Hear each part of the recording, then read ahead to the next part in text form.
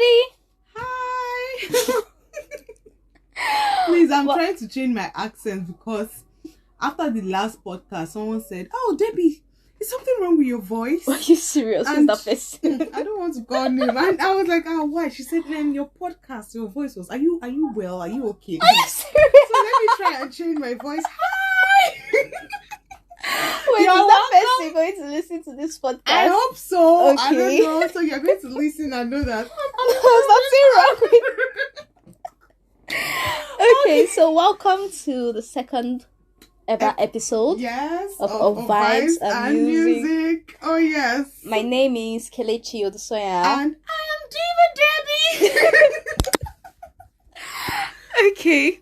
Today we're just going to ramble, Oh, gists, and do small amebo. So just in case you hear any background noise, please, we're in our room and recording. We have not blown yet. Yeah, we don't start have money using for studio. Yeah, so let's but you just can manage. sponsor us if Yes. yeah, you can. we accept sponsors. So and we're whatever going to you give hear, a shout. just manage. I beg. We cannot kill ourselves.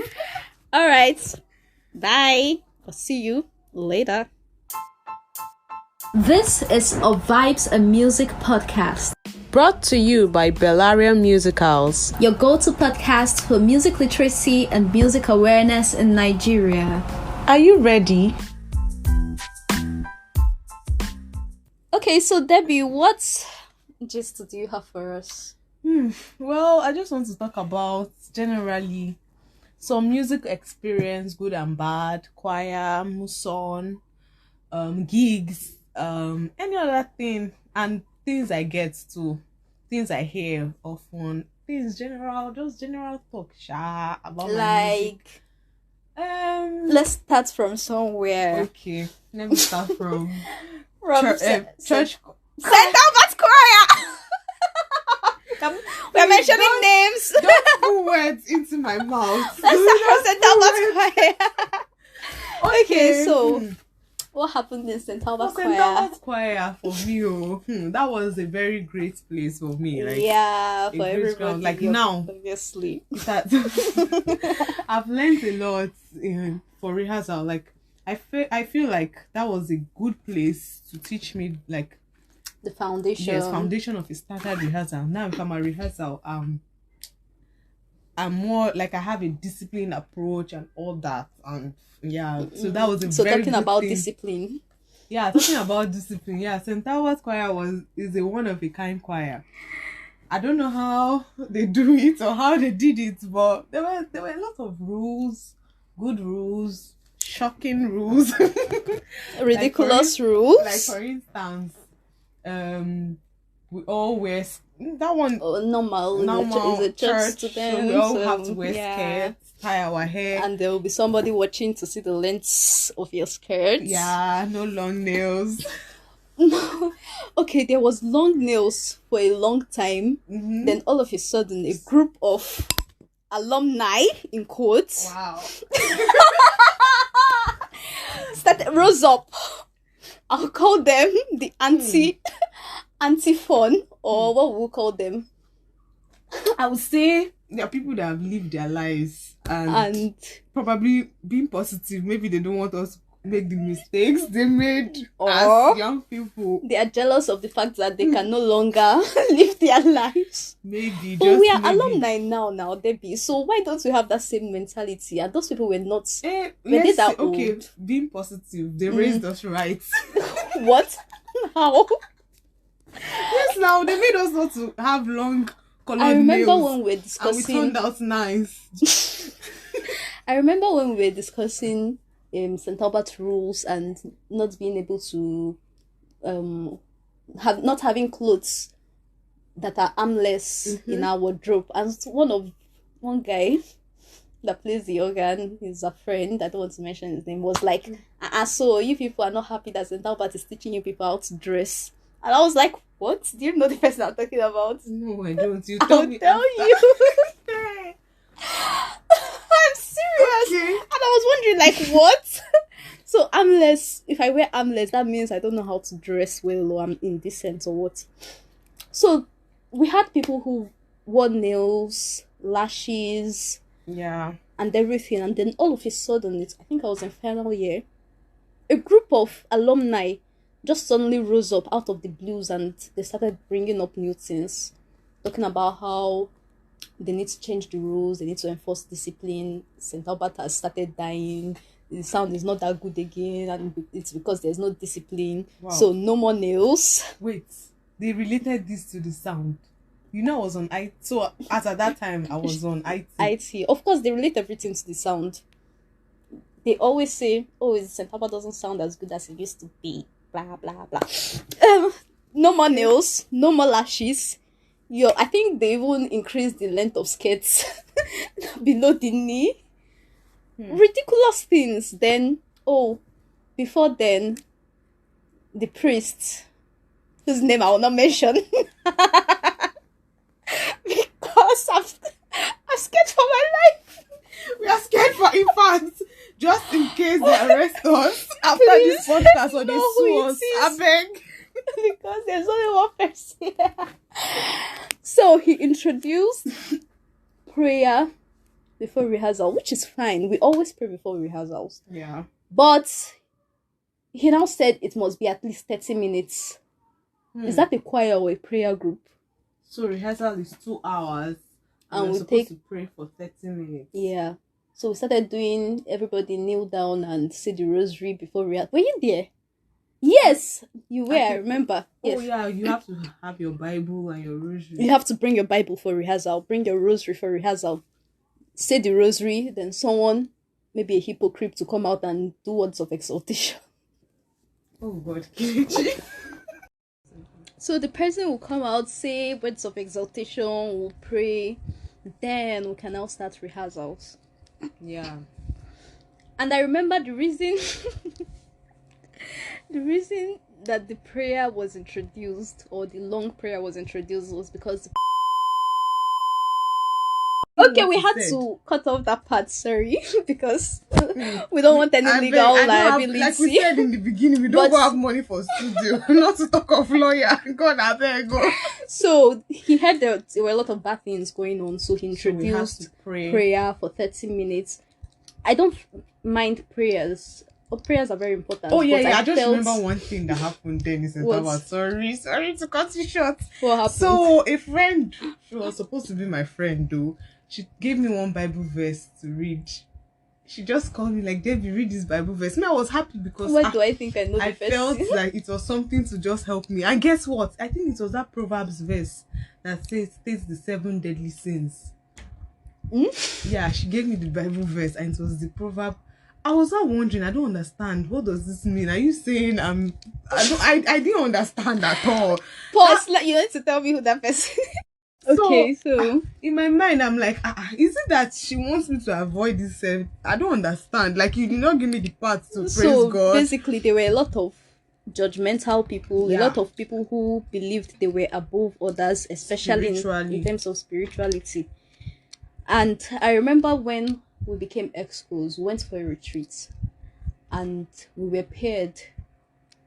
The person I was paired with was a new choir master. And the pairing, we were asked to discuss maybe what we've learned during this retreat, what we would like to see better in St. Albert. And then the person started talking to me about, anything you're telling me now, you're telling to me as your choir master. Really? Yes. And I was like, what the hell? What is going on here? During a retreat. They paired you with somebody. Yes. And the person said, anything you're telling me now. You're telling me as your choir master. So I think it was just a lot of young people who had a lot of power in quotes just thrown on them, and they didn't really know how to manage they didn't know what to do with it. But at the end of the day, there were still older people there who encouraged this. The alumni, like I keep saying, the alumni were not. I'm not going to spare them. They were instigators. They did a whole lot, and it was the younger alumni, not the older. It's true. We can still say it's part of the young people having a lot of power, because it was the younger alumni. We won't see the older ones who grew and built the choir, doing all of those things. Yeah, so it was still fresh power. Yeah. Because there were some laws that didn't really affect the alumni of the choir. Mm-hmm. So once you're now alumni, it's now like, oh, I'm now immune to this kind of law. So the fresh power. Exactly. But still, they were trying to oppress some new alumni. They'll be saying things like, the fact that you just graduated doesn't mean that you will not follow that rules. Oh, so probably. So it's a whole lot. People would have grown. Well, it's a whole lot. And then we have the part of, where's your scarf? You didn't tie your scarf properly. So yeah, there was a time that there was a particular way to tie the scarf. Like me, I didn't even get it. So there were times like during mass, they'll be removing people's scarf, like, oh, tie your scarf. I remember before I joined the choir, my sister joined before me and she hated the choir. Hey. Like till now, she hates the choir because they said they gave her trauma. That the choir master will be shouting, opening his eyes wide, and she'll be looking at him like, is this person not in 100 level with me? What is going on here? But can we say that all of that contributed to the good sound, or it was just a toxic place and it didn't matter? So I would say the choir was very large, and probably they were using a kind of maybe Nigerian military rule system, that kind of thing, to put everybody in check. That's what I just feel, because to manage those kind of large people, especially young people. Yes, 300. So maybe they felt they needed to use iron hand or something. Yeah, that's what I think. But in all, I think there are better ways it could have been done. Yeah, there are better ways. Yeah. But actually, about the prayer part, I think somehow it's affected me positively. Because immediately I left school, I was going for mass, like weekday mass. If I have time, before I didn't used to do that, like I will go, then I'll be like the youngest person in the church, because I still had that because once we have rehearsals during the week, you must attend mass. No, I'm saying that I won't go for afternoon mass, like by 12, not even evening. No. Oh yeah, afternoon rehearsal. Yeah, after rehearsal you must stay for mass. It was like a rule at one point too, because we were saying, choristers, after rehearsals you're going home, you must stay for mass. You've forgotten there was a rule like that. But I think whatever spiritual growth you had is not the 30 minutes prayer. No, I'm not saying the 30 minutes prayer. No, it's not the 30 minutes pray the rosary and everybody is just doing it for the sake of to fulfill all righteousness, even though they don't really care about what they are doing at that point. Oh, there was one time, and I really had a problem with that thing. After mass, after rehearsal, they were making it compulsory now, not mandatory, for all choristers to go for confession. Really? Yes, you had left by that time. Like after rehearsal, like we'll be going in turns during rehearsal, like one by one. For confession. What? I had very serious problem, and let me tell you what I did. Then I think I was in final year. You had left. When it's my turn, I'll just go out, and because what the hell is that? Is it by force? No, even if you've sinned, confession is not something you force on people. Oh, it was forced. Are we really Catholics if we are forcing people to go for confession? It was forced, though. Like one by one, like going for. What the hell? Oh, okay. Please, let's leave St. Albert Choir. It's too much, actually. It's a whole lot. It's too much. Please, let's move on. So, what else do you want to talk about? So yes, I want to even talk about some dramas in other choirs, the soprano one drama. Okay. Drama so there's some people. So normally in singing parts, some sopranos have naturally ability to pitch higher notes than others. And some people will not accept, even if they cannot, like everybody feels maybe being soprano one means the queen of the world, maybe you are the prima donna. Yeah, prima donna, the divas of the and they'll be fighting. It happens in normal church choirs. Yes, they'll be fighting like soprano one, now yeah, I'm making they sing, they go, we soprano two. So if you're listening to this and you are a mezzo or soprano, it's not a bad me deep down. I used to wish I had that depth and richness of tone. I remember the time in St. Albert, you were always running to soprano too. You see? I was the one that dragged them. Even in concert, after you left, the first concert, I sang soprano too. Why? Yes, because I like the rich. I went to stay near I one girl beg with you. thick voice. I liked it. So, soprano 1, soprano 2 drummers in choir. Oh my god. Sopranos, we are one. Yes, sopranos, we are one. We are sisters. That's an inside joke. Yeah. Okay. So, what else? What else? Oh yeah, your own turn. Tell My us turn? about Okay. Give us gist. What gist do I have? Should I talk about when... Who scammed you in choir? Oh! Okay. Do I really want to talk about... Okay, so I'm part of a choral group. I'm still part of them. I thought they removed you from the group. They added me back. I don't know why. Okay, so I'm part of a choral group. There was a year we wanted to do a concert, and we were asked to pay for the choir, the shirts or whatever it is. I remember then, me and my sister were struggling. We were still collecting peanuts as salary. We were still doing the... Now look at you. No, we are still struggling. No, we are still struggling, but at least it's better than how it was when we first came in. So it was 4-5.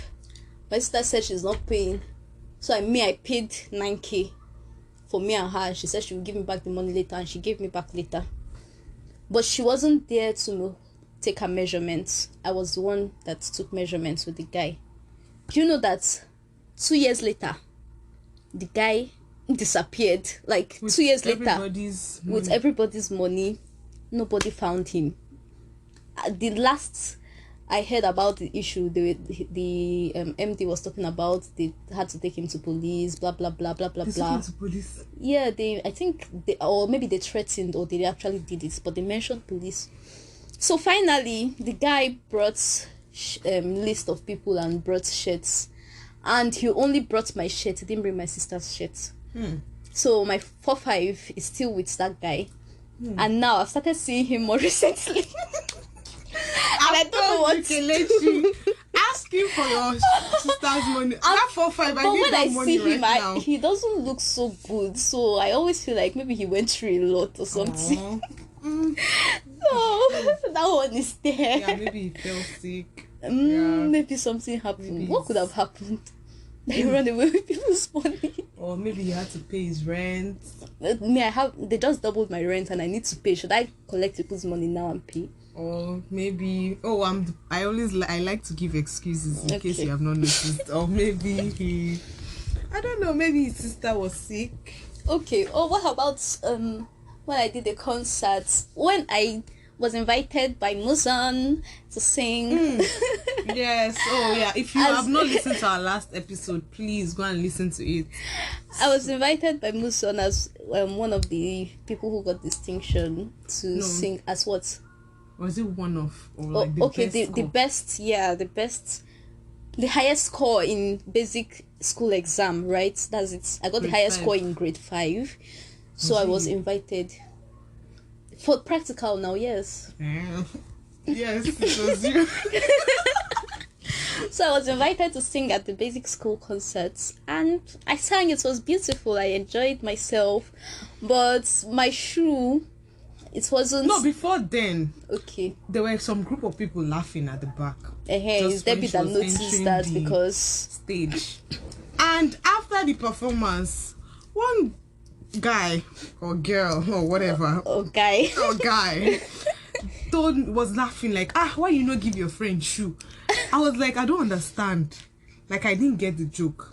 In fact, I had to walk out and told him I don't like that. It was later, over to you. Casey now told me that her shoe, she didn't strap it well. It was removing on, not like it was when I was walking out. It was actually fine all through the performance, but after I had finished, I bowed and I was walking out, it was now almost removing. But I was already so how did he notice from all the way? Even me, I didn't even pay attention to it. Someone is just waiting for someone's fault. Exactly, just waiting to see, something happened. This is something I used to laugh at the person. She sang well, but her shoe. As in, from where to where? Okay. Now, wow. So, speaking of the singers, same please stop toxicity. I forgot how That to is speak how it English. is now. Before you advise them, during my before my first year recital. So my recital is like your exam, your performance exam.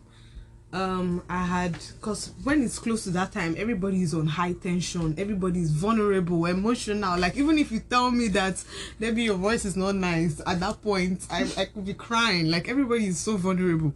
And someone who I actually admired as a singer, just like me, although she had finished from the system, came to meet me. Oh, she came for our class where I performed my songs, and they asked her for her input. My teacher asked for her input, and she was like, oh, it's fine. She just gave one or two things that I felt was very necessary and needed. Then after, she now said, hey, come, I want to talk to you. Can you change your songs? At that point, I was like, hey, why? How long to your recital? That was like this? 1 week. What? Or 2 weeks. So how were you supposed to start changing your songs? She was like, can you change your songs? She was not playing all her videos for her recital for me. And then, because I was vulnerable, and of course I like giving excuses to people on the first approach, I just assume you mean well. She was not playing her songs. This is what I did. She was telling me that the song I want to sing, she sang it years back, that I didn't sing it so well. My high notes was, in my mind I was like, why didn't she say it at the class? Because it's not true, and your teacher was there. So I was, oh, hey God, I'm not singing it well. I was all in my feelings, in my emotions. And then I talked to somebody, and the person was like, don't mind that, Joe, don't mind that, Joe, let me hear the song. Isn't this what? Don't mind her. Then I now knew that probably she was trying to make me feel the way I was feeling. And so back to the advice, Kelechi. So singers, please help each other out. The classical music space is a very small space. It's a niche, so it's too small for people to be toxic. It's too small for, it's small, but it's still okay. I want to contradict myself. It's small, but it's large enough for each individual who is in the space, because the people in the space are also small, so it's large enough for everybody to shine. Exactly. Just like shine, the person they doing recital next week that's bringing in Afrofusion. Oh yes, my God, so, I've seen the clip and I loved it. So yes, exactly. Imagine me now hating me. In my mind, I'm already like, oh my God, I'm part of this school. Like, every last, if someone performs well anywhere, and that person is from Muson, it's going to kind of rub off on you. Yeah, because people will be like, oh, you too, you're from Muson, you have that same. You have that same. So try and trust me, it will work. Trust me, it will work. Encourage the next person, and it will work for you. Just try. Oh, and shout out to your teacher that's celebrating his 70th birthday. Shout out what to is you. His full name? Sir Emeka Okedi. Okay. My teacher, happy birthday, who has drilled me and everything. Happy birthday, sir. Oh, he was the one that invited me for the concert. So happy birthday, sir. Director of basic school, Muson Basic School. Okay, so what else do we want to talk about? That's all right. What are those common misconceptions? Oh my God, common misconceptions you get as a classical musician, as a singer performer. So firstly, there was one time I was negotiating with someone for gig and all, and then I got the gig, and immediately I went there. She was like, you're slim. I'm like, why? She said, you're an opera singer, you're supposed to be fat. Well, I laughed it off because she's also slim. It was coming from a big person. I would have been angry. Then what else? Oh, I was drinking cold water one time. Like, voice major, they drink cold water. Soprano singer, they drink cold water. What else? It's much, like it's plenty. Oh yes, do you remember that concert we went for? We went for Jennifer's concert, Maduka, at Alliance Française. Yeah.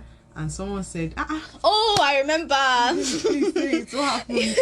You're too young to be coming for this kind of concert. Yes, you're supposed to be listening to Burna Boy. Exactly. What? Like, wait, you came for this concert? Are you not too young? Oh, I don't understand. I was not thinking, wait, is it that maybe I look younger than my age? Oh, maybe you look like you're in a Gen Z or something. Even though, so Gen Zs don't deserve good music.